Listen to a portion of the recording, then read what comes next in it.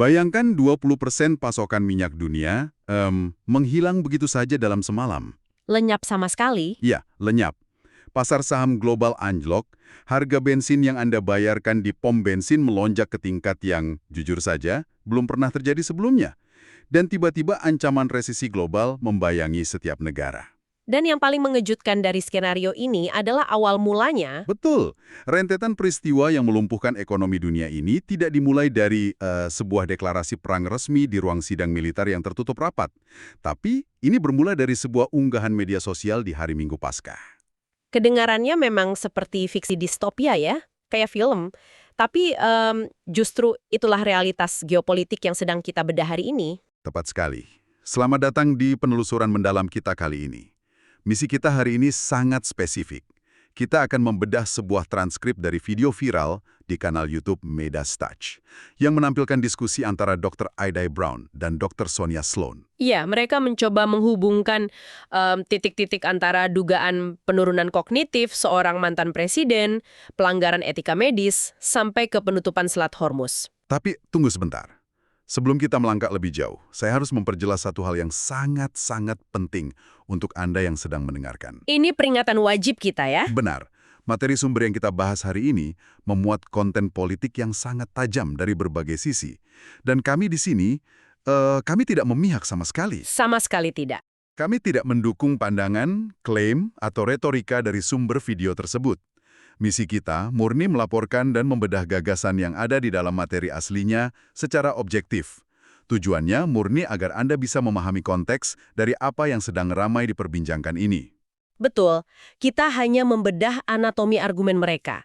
Karena memahami dasar pemikiran dari sumber tersebut adalah satu-satunya cara agar kita bisa melihat gambaran utuhnya terlepas dari apa pandangan politik Anda. Oke, jadi mari kita mulai dari titik nol yang memicu semua perdebatan ini.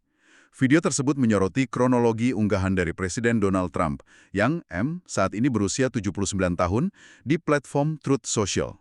Rangkaian unggahannya dimulai pada hari Minggu Paskah. Ya, dan berlanjut dengan intensitas yang semakin tinggi sampai hari Selasa. Nah, sumber kita ini tidak sekedar melihat unggahan tersebut sebagai cuitan emosional biasa kan? Tidak, mereka melihat spesifikasi dari ancamannya. Dr. Brown dan Dr. Sloan menggarisbawahi bahasa yang sangat definitif dari unggahan tersebut.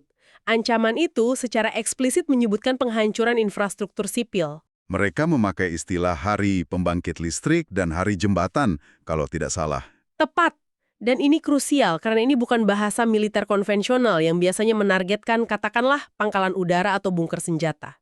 Dan ada satu kalimat spesifik yang benar-benar membuat para dokter di video ini membunyikan alarm.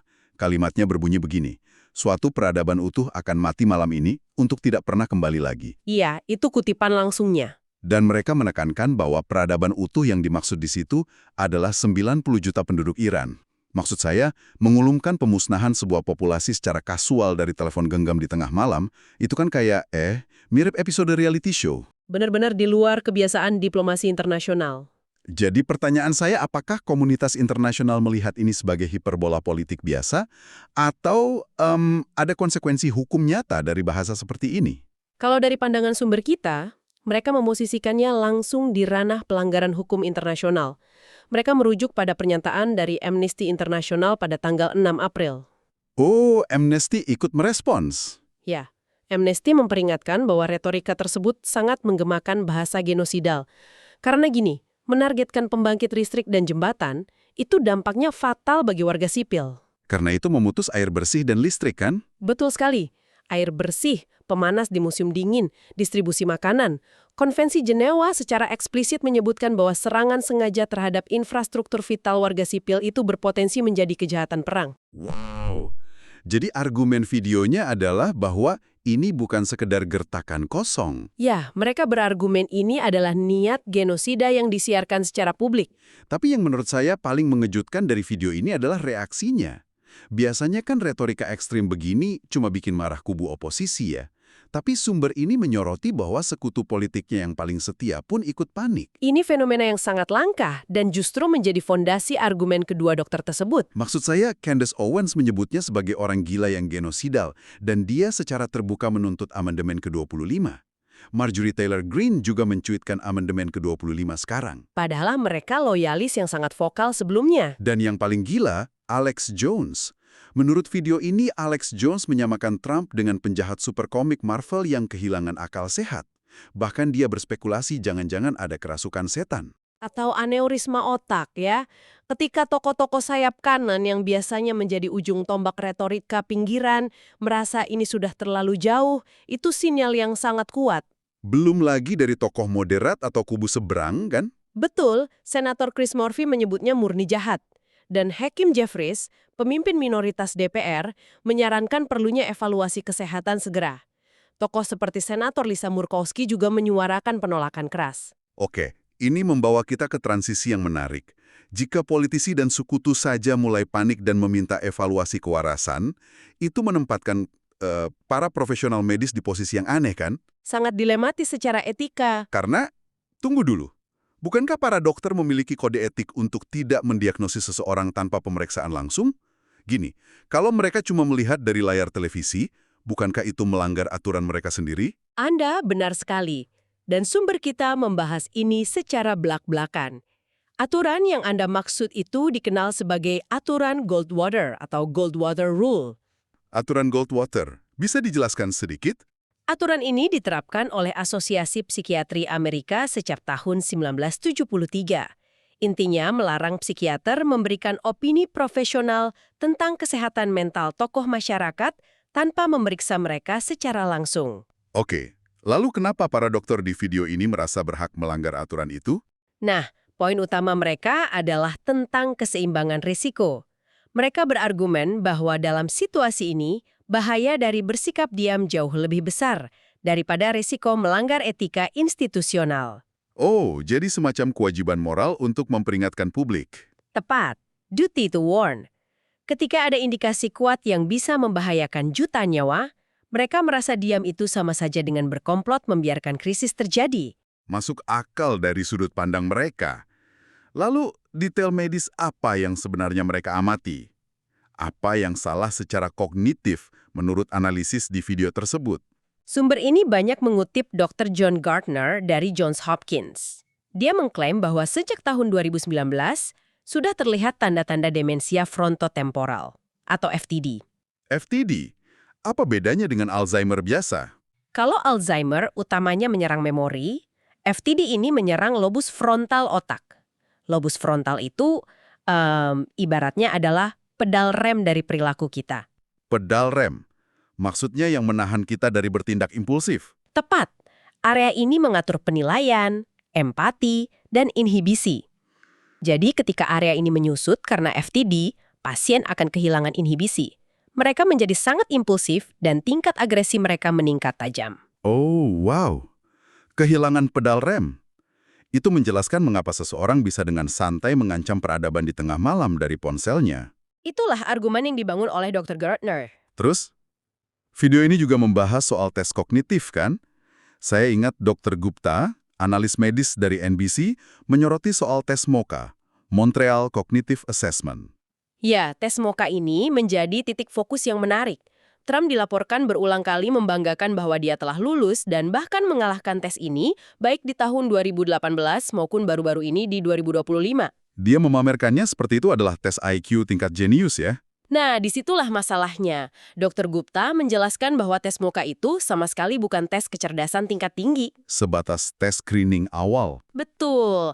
Tes ini melibatkan hal-hal yang sangat dasar. Misalnya menggambar jam dinding, mengenali gambar binatang seperti singa atau unta, atau sekedar mengingat 5 kata. Mengingat 5 kata dasar dan menggambar jam. Ya. Dan menurut pandangan Dr. Gupta, secara sukarela meminta untuk mengambil tes ini berkali-kali, lalu memamerkannya, justru merupakan bendera merah. Red flag yang sangat besar. Kenapa begitu? Karena orang dewasa dengan fungsi kognitif yang sehat tidak akan secara rutin dites kemampuannya mengenali gambar unta, kecuali dokter atau keluarganya punya kekhawatiran nyata tentang kemungkinan demensia tahap awal. Iya juga ya. Maksud saya, Anda tidak pergi ronsen tulang setiap minggu kalau Anda tidak merasa ada tulang yang patah. Analogi yang sangat tepat. Selain itu, mereka menunjuk pada gejala yang terlihat di publik, seperti kebingungan saat ia menyebut Islandia sebagai Greenland di Davos. Saya ingat insiden itu. Lalu ada momen-momen di mana ia terlihat kesulitan menemukan kata yang tepat, atau perilakunya yang sangat tidak menentu di depan kamera. Dan tampaknya publik juga menyadari hal ini ya. Video ini menunjukkan jejak pendapat yang mencerminkan penurunan kepercayaan publik.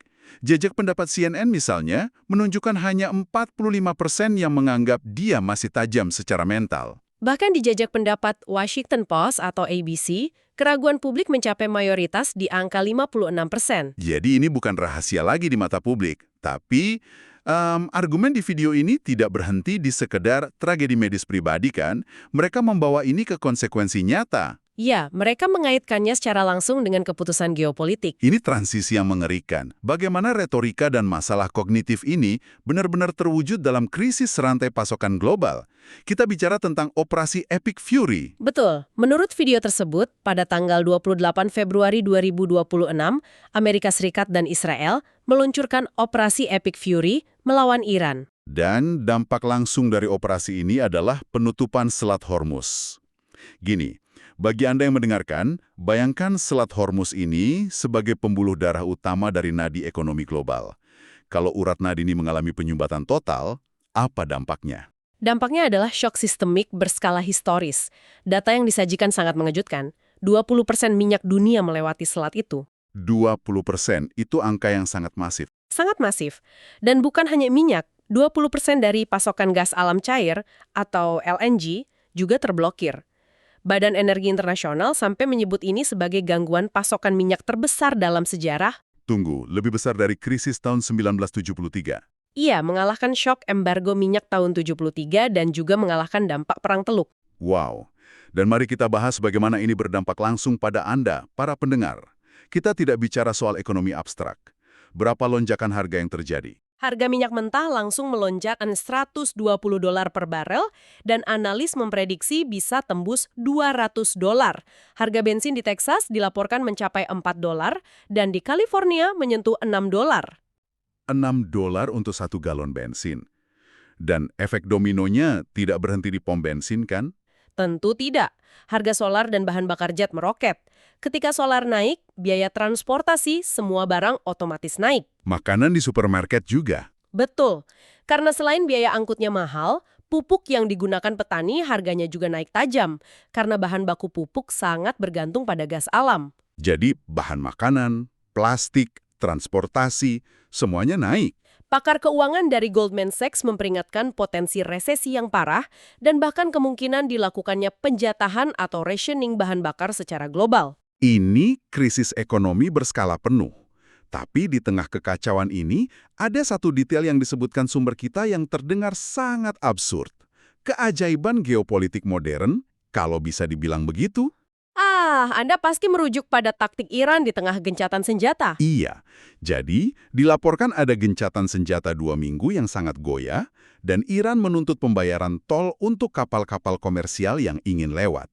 Tapi mereka tidak minta dibayar pakai dolar kan? Tidak. Mereka menuntut pembayaran menggunakan mata uang kripto. Cryptocurrency, di tengah krisis militer. Terdengar tidak masuk akal, tapi dari sudut pandang strategi mereka, itu logis. Dengan kripto, mereka bisa menghindari sanksi perbankan internasional dan mencetak pendapatan yang tidak bisa dibekukan secara sepihak. Mencari celah di luar sistem perbankan tradisional. Sangat cerdik sekaligus membuat frustrasi. Lalu bagaimana dengan motif dari pihak Amerika Serikat? Menurut sumber kita, apa sebenarnya tujuan dibalik operasi Epic Fury ini? Dr. Brown dan Dr. Sloan menyoroti pernyataan masa lalu Trump sebagai indikator niat aslinya.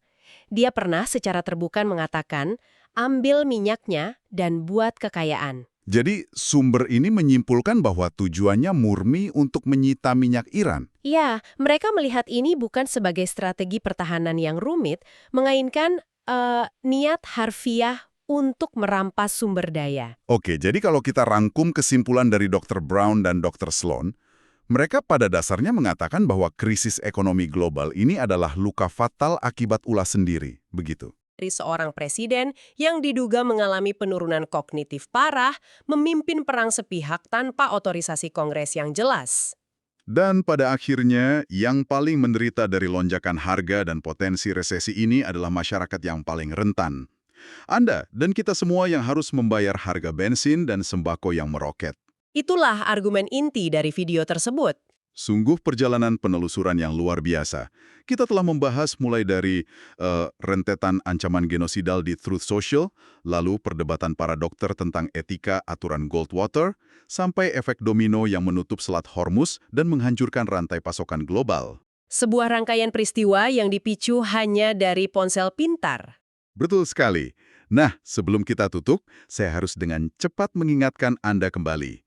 Semua klaim medis, tuduhan politik, dan opini terkait motif perang yang baru saja kita bahas, itu murni berasal dari sudut pandang Dr. Brown, Dr. Sloan, dan kreator video Midas Touch. Kami selaku pemandu acara sama sekali tidak mengafirmasi atau mendukung opini tersebut. Tepat, kami hanya menyajikannya agar Anda mengerti substansi perdebatannya. Namun, diskusi kita hari ini memunculkan satu pemikiran provokatif yang ingin saya tinggalkan untuk Anda renungkan sendiri. Sesuatu tentang masa depan ya? Ya, melihat bagaimana satu rangkaian unggahan media sosial bisa memicu kepanikan sekutu, mempengaruhi harga bensin yang Anda bayar, dan menahan sandera 20% pasokan minyak dunia. Dampaknya sangat nyata. Sangat nyata. Jadi pertanyaannya, apakah di masa depan algoritma dan kebijakan platform media sosial ini akan dianggap sama vitalnya bagi keamanan nasional layaknya persenjataan militer tradisional? Maksud saya, jika Perang Dunia Ketiga bisa dipicu oleh satu ketukan jari di layar kaca oleh seseorang yang mungkin fungsi lobus frontalnya sedang menurun? Itu pertanyaan yang mengerikan, sekaligus sangat relevan. Platform media sosial kini bukan sekedar ruang publik, tapi zona konflik berisiko tinggi. Persis. Sesuatu untuk Anda pikirkan saat Anda menggulir media sosial Anda malam ini. Terima kasih kepada Anda yang sudah bergabung dalam penelusuran mendalam hari ini. Kami sangat menghargai waktu Anda. Tetaplah kritis dan sampai jumpa di analisis kita selanjutnya.